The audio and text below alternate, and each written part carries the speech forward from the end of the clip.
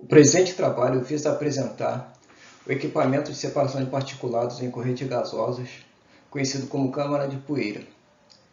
É escopo da disciplina de Operações Unitárias 1, ministrada pelo professor Rafael Gama, na Universidade Unigran Rio, em Duque de Caxias, Rio de Janeiro.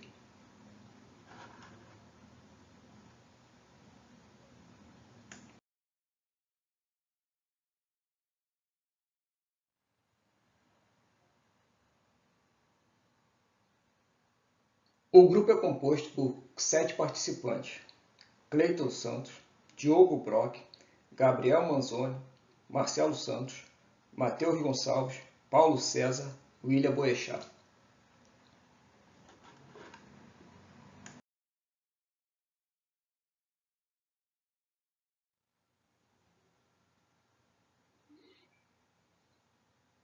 O equipamento é constituído de câmaras com instalações internas de barreiras na forma de chicanas ou anteparas, por onde a corrente de gás contaminado com particulado escoa, e essas anteparas provocam a redução de velocidade desse fluxo gasoso, propiciando a sedimentação do sólido presente na corrente gasosa.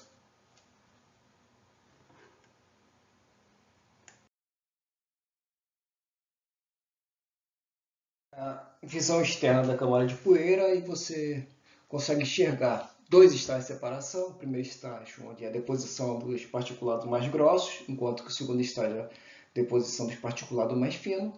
C é o comprimento total da camada de poeira, que seria equivalente à soma do comprimento de cada uma das duas câmaras. H é a altura em relação à chicana interna da poeira, e L é a largura do equipamento.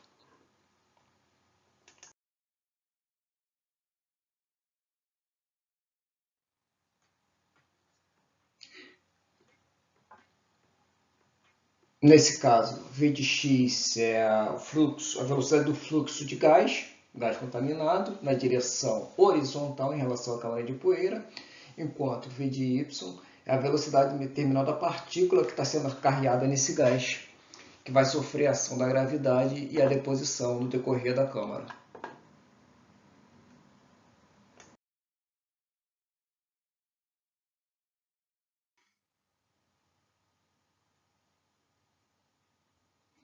Sabemos que velocidade é o deslocamento em relação ao tempo, logo o tempo é a distância percorrida sobre a velocidade.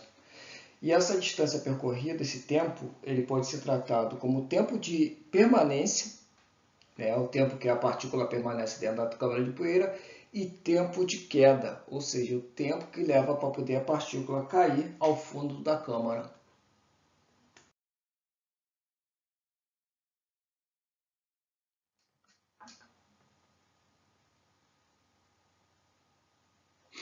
O tempo de queda da partícula leva a relação com a velocidade terminal da partícula contra a altura da chicane, ou seja, a altura da câmara de separação propriamente dita.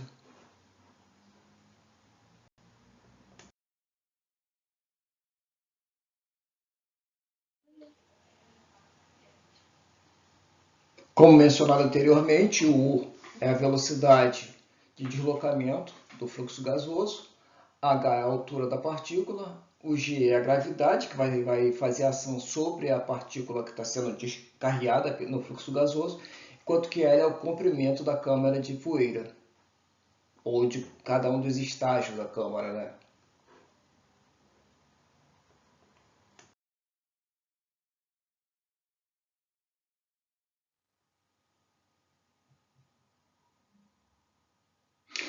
O tempo de residência ou tempo de permanência é função do comprimento da câmara de poeira relativo à velocidade do fluxo gasoso, que também pode ser relacionado em relação ao volume da câmara de poeira contra a vazão gasosa que está deslocando ali dentro.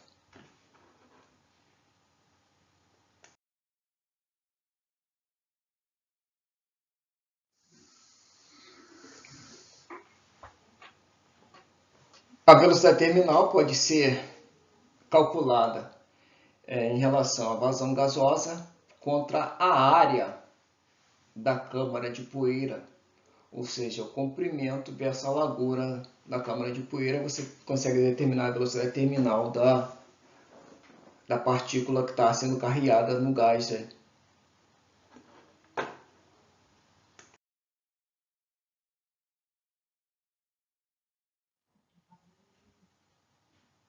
Outra maneira de calcular a velocidade terminal da partícula é em relação à altura da câmara de poeira relativo ao comprimento dessa câmara, a isso aí já em relação à velocidade gasosa, do fluxo gasoso.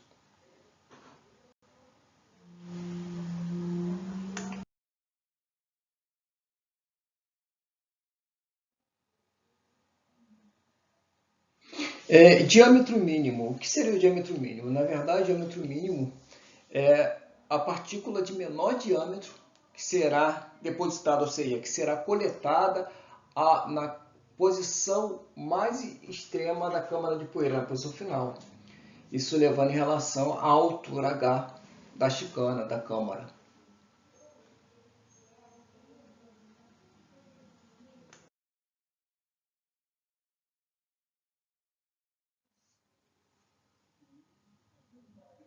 Partículas menores que o diâmetro mínimo pode ser carreada ou pode ser depositada na câmara de poeira? Sim, elas podem ser depositadas. A chance dela ser carregada é muito maior, mas ela pode ser depositada. Dependendo da posição que ela entrar, ou dependendo na mistura que ela tiver, ela pode sofrer a ação das partículas de maior diâmetro, cair junto, ou então, se ela entrar numa posição menor, mais baixa da posição H, ela pode ser carreada em câmaras intermediárias da câmara de poeira.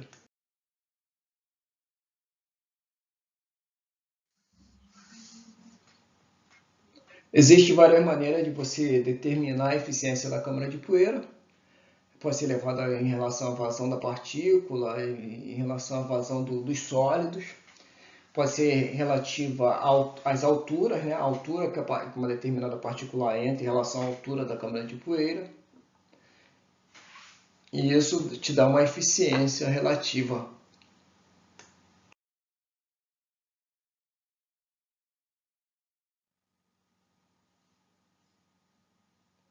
É outra maneira de você determinar a eficiência da câmara de poeira é levando a velocidade terminal e os demais dados que foram dados no exercício, né? Que são valores de contorno da tarefa. E isso você consegue determinar, seja a altura, largura, a vazão de gás. Isso você consegue determinar a eficiência da câmara de poeira.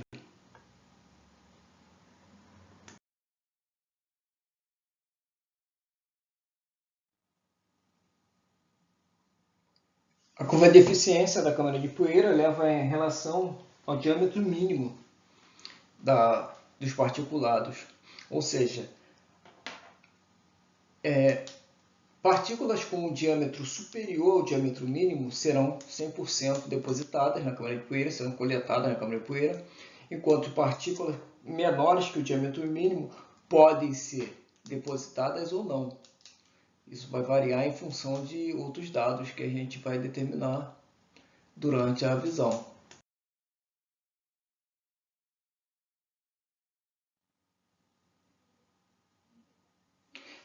Com isso, a curva de granulometria nos dá duas posições, ou seja, duas condições de contorno para a eficiência da câmara de poeira. A primeira leva em relação a partículas com diâmetros menores ou iguais ao diâmetro mínimo, que vai levar à condição do comprimento da câmara, a velocidade terminal, a velocidade do fluxo gasoso, e partículas maiores, que nos traz uma eficiência de 100% da câmara de poeira.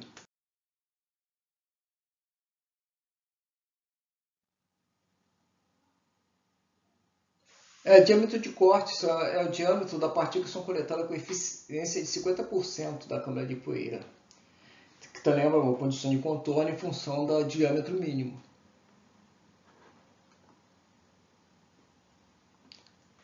É interessante ressaltar que se para fluxos laminares, algumas partículas sedimentam na região de Stokes.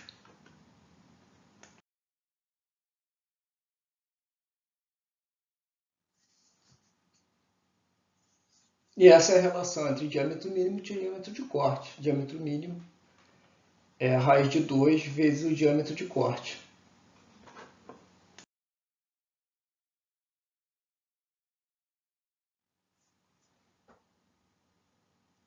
Foram basicamente duas referências que nós utilizamos para determinar esse trabalho, para realizar esse trabalho. Uma do Éder Sabino, método de separação, e a outra, um site auxiliar, que é o Responde Aí, que tem a disciplina de operações unitárias. Dentro dessa tem a câmara de poeira, com uma explicação bem relevante sobre o equipamento.